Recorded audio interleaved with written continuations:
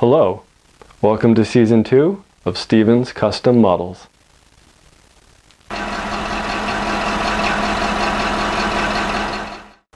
Alright, so this entire episode is going to be about my new cutting mat. What do you mean? You don't want to see an entire episode about a cutting mat? Oh, I thought it was pretty exciting. Oh, you want to see the next project? Alright. I guess we could get into the next project. So let's take a look at our soon-to-be modified model and see what's going on with it. So I got this thing for about 20 bucks. It's broken. It's the solid rubber tire version of the 345 material handler. And honestly, I think it's actually a relatively cool machine. It's also a pretty cool model. I'm not that much into material handlers, not really my bag. But I do like the 345 excavator, and I think I've called this a 245 a few times already. I'm sorry. That name is just stuck in my head. So I'm going to be turning this into a 345B LME mass excavator. Why am I going the mass excavator route? Because of my donor model. So this is a brand spanking new Cat 349F model I got for a really good price, and I purchased it solely for the intention of using it as a donor model. Now this is a really good donor model if you're going to be building a 345B L. And the reasons why is the undercarriage on this is the exact right length for a L version of the 345B. The boom is the exact right length if you're going to be doing a reach version, and the stick is the exact right length if you're going to be doing a reach version as well. However, the bucket is massive, and the 345B was never offered with a bucket of this volume in the reach configuration. You are only able to get a bucket of this size if you're doing a mass excavator version. So that's why I'm going to be doing a mass excavator, because I think it would be neat to have something with a massive bucket on it, and it would allow me to make the model a little bit more unique. So I'll have to be making some modifications to the boom, and then I'll be custom building a mass excavator stick from scratch. More on that later. So before we get into this project, I need to disassemble both of these models and set aside the parts that I'm going to use, and I'm going to be taking a lot of parts from this model.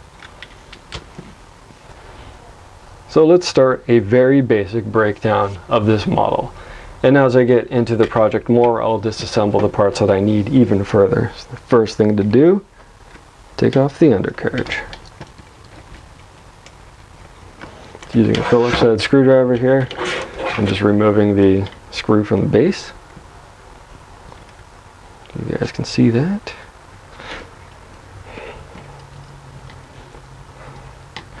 Definitely have an ambition of doing a lot better job filming this year. My last season, I did a lot of filming without really thinking about how I'd have to edit it or how it would look on screen. So this season, I'd like to pay better attention. Set that guy off to the side. Alright, what's next? We got a few screws down here on the bottom. Uh-oh, you know what time it is. Screw tray time.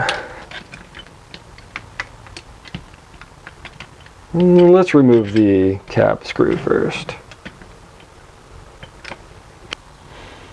Get that guy out of there. A lot of these screws really aren't meant to be used more than once. If you want to use them again, just try to make sure you grab a screwdriver that fits the inside of the screw head well, so you don't round it out. Let's take, oh, that guy doesn't come off yet. Alright, so I'm going to get the rest out first.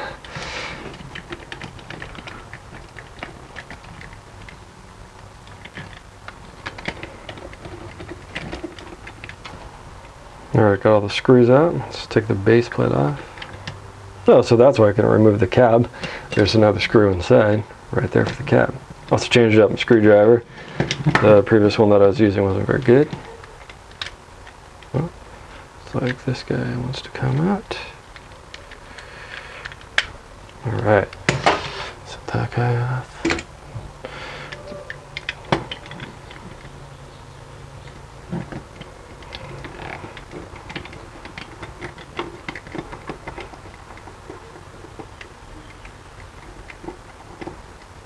Magnetic, that's always helpful.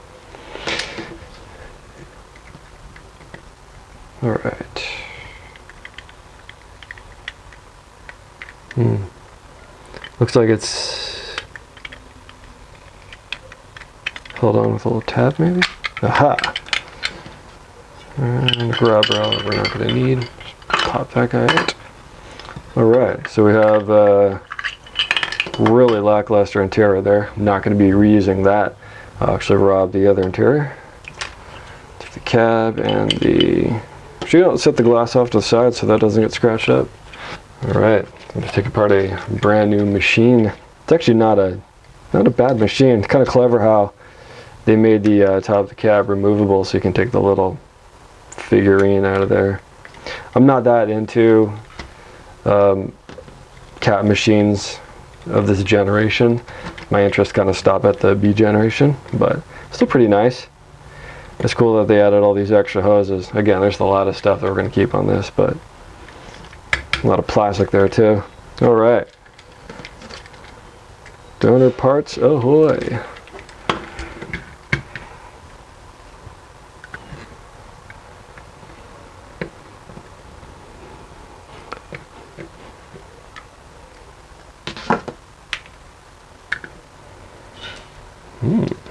Nice undercarriage. Save this. Might need that. Let's take the arm off next. Guessing this will release that. Probably like the other model, I'm just going to have to remove all of this before I can actually fully disassemble it. Well, let's... Off she goes. Alright. I like how it has the swing motors in there and the hydraulic bank. We will be reusing that. I'm going to reposition these just a bit. But yeah, a lot of that is pretty dang useful. So I'm off to the side. And I don't think there's anything else from this that I need. Oh, I want the interior out of the cab.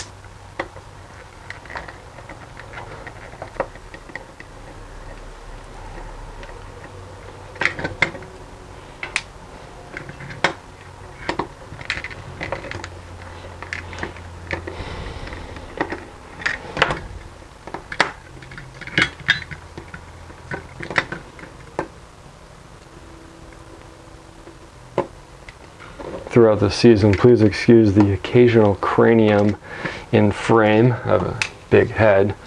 When I get close to the model, it gets in the way. Alright, how are you held on? Looks like it pops on the front.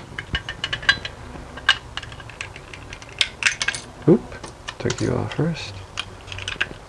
Lots of glue going on there. Interesting. So the control lever isn't actually attached to the seat. Let's switch it back frame. It's attached to the side. So I'll have to make that. And then I think this is glued in. Let's pull this off because I think I might recycle that mirror. And I think I might take advantage of this part too. Looks like it's been riveted on, but I think we can overcome that. See if that's plastic. Nope. It's a metal rivet. Okay, so we'll have to drill that out. Otherwise I risk breaking this. Let's check out the steps on the top here. Ooh, I'm going to reuse this guy. This has a little bit more detail than the other one. Let's try this.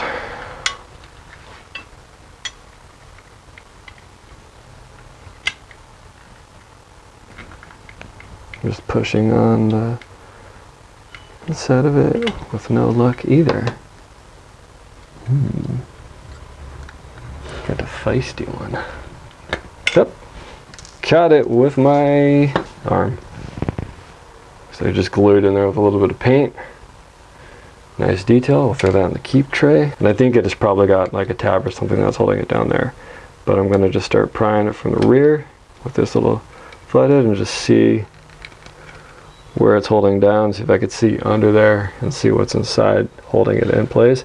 I don't want to just grip it and rip it because there's a good chance that whatever's holding it together will break. And I think I see something holding it in place down there. So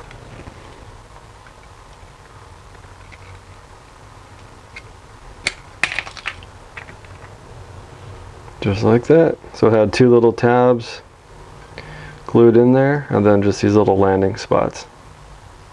Alright, so let's zoom in here and start taking off the little parts that we're not going to use for the final build. Start removing all the plastic railing. I'm not going to use any of that. I like to make all my stuff out of brass. Also, I don't like this air filter. I don't think it has as much detail as the other one, so I'm going to save that one because it's not terrible, but it's not going to get used on this project. Remove this rail here. Alright, and we'll break this part down later when we get to the boom and stick component of this build. It's actually going to be the last part that we do. Now I need to cut away metal. Alright, so we're going to shed it of its raised cab, so we no longer need this part. I like to use a pen to exit out because I know that one of these days I'm accidentally going to cut the wrong part off. I also want to get rid of this and this because of the hydraulic detail we're going to add later. And we need to get rid of the raised cab component that's under the cab. And then I'm also going to grind that stuff off and add a skylight. Get to that in a bit. Alright, now you can certainly do this part with a handsaw. I'm just going to be taking a little bit more of an expeditious route.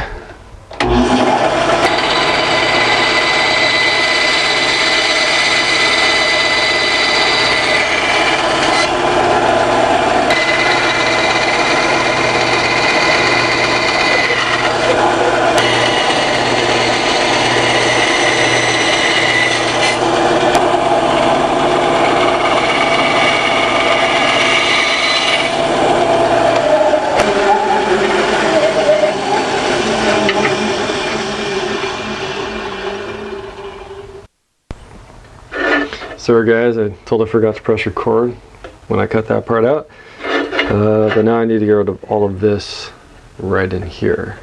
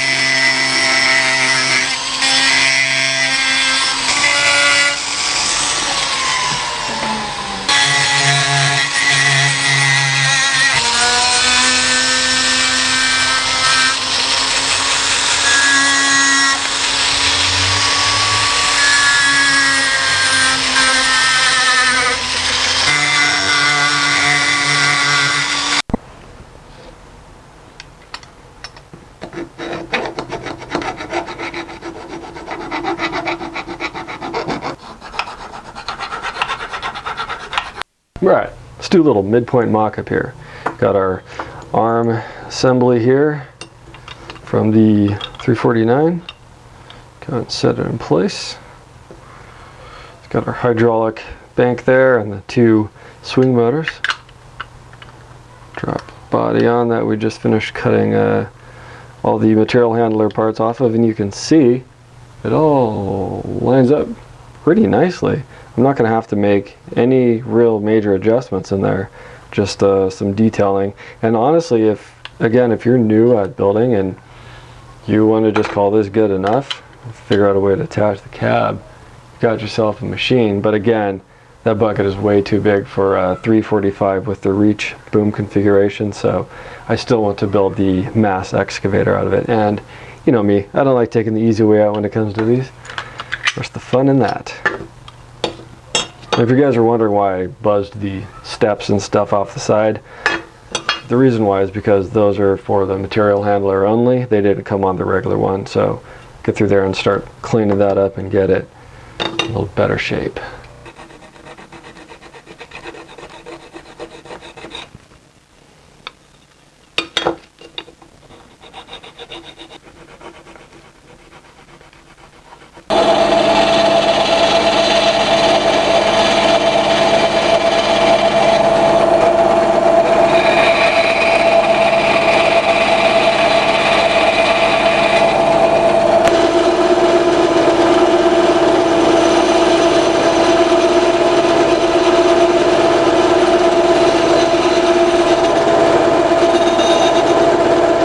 Found another detail in here too, which I thought was kind of weird. It's this little part that sticks out right there. I think that was just intended to make the cab riser line up better. I don't know, but when I looked at pictures of the real machine, that's not there either. And there's actually like a little bit of a setback between here and the cab, so I'm going to try to replicate that as well.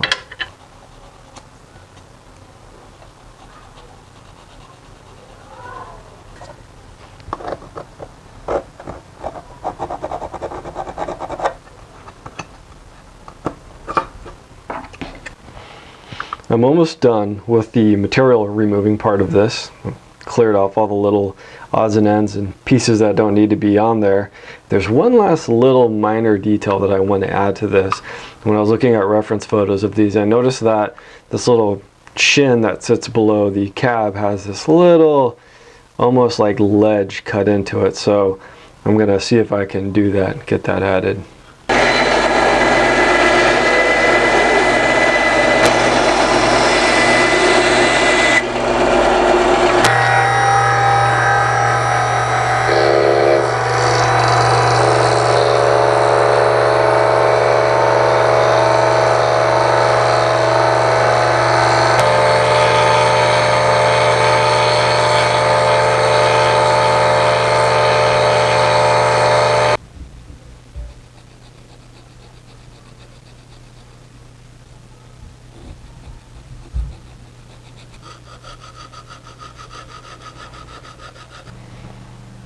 So I ended up taking a second pass at this. I didn't think it was deep enough going this direction, so took a second pass and I'm pleased with it.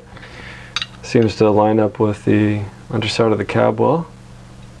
So that kind of concludes the removing stuff from the 345 body part of this video. And when I was doing a bit of research on just checking this out, seeing if I got all my details correct, I ended up running across a thread for a build done by a user named Antho. And I want to give a big shout out to Antho. He did a 345 using the 349 as a donor model as well. And I noticed he had picked up something that I did not at all, and that's these vents on the side of the body. The full-scale version of the 345 doesn't actually have these auxiliary vents over here. They only have them on this side. And so if it wasn't for his model, I don't think I would have seen that this stuff was filled in. So big shout out to Antho. I'll put a link to his build in the description for this video. Alright, so whenever I do builds, I seem to kind of change the order in which I'm going to do stuff as I work through the model, and that's because I discover different things throughout the build and reevaluate basically the way I want to do the final assembly on this. This, as you can see, I don't know if you guys could actually see that through here, but there's a little bit of light leak all the way around this seam where these things go together. And so in the final assembly of this, once this gets screwed together, I'm going to fill in this edge with putty so that it has a bit of a cleaner bond to it. and some guy got a little carried away with his bandsaw and goofed that up, which actually kind of works out because I'm going to put that step that I was trying to get out of the other model right there, so that guy will get locked right in place. But it leaves me with a bit of a predicament, and that's how to attach this guy. So this is a bit awkward to work with in its full put together layout, so I'm going to take it apart so I can start figuring out how I'm going to attach this. Alright, so let's start taking this thing apart. There are two ways to remove these. You can either drill them out and push them through, or you can hammer them out. I think I'm going to try hammering these ones out with a pin, with a hammer first. If they don't go easily, then we'll bust out Mr. Drill. Hammer them out with a hammer.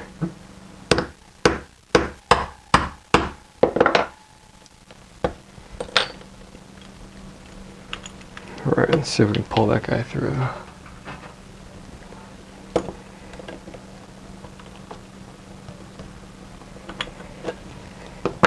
Alright, the lesson from this one is drilling it would have been definitely the better plan, because now I'm wrestling with that mushroomed end of it, trying to see how it's stuck into the end of this. So basically it kind of worked against me and created a little bit more resistance than I needed or would have ideally wanted.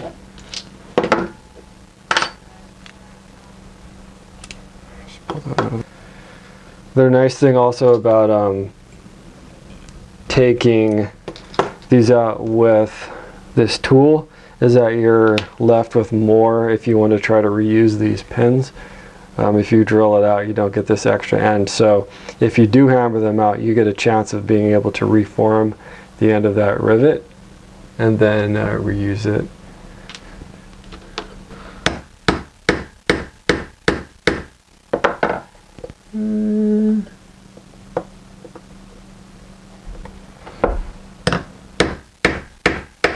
Ooh, guess that was a bad choice, huh? Looks like somebody's gonna be buying a new one of those. I'm a bummer about the pin punch. I've had this thing for a while and I've abused it, so guess we should have just went with the old drill. All right.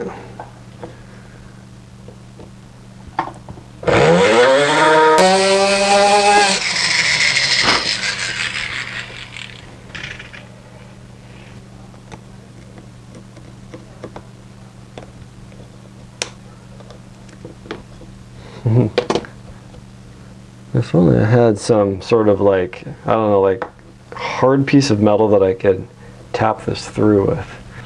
Alright, so the next best thing I have here is the finish nail. Let's see if that works.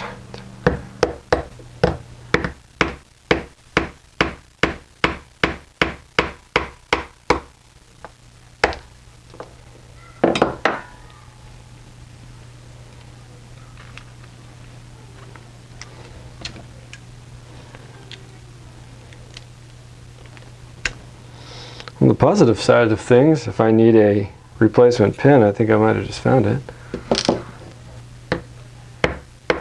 Oh, nice and easy.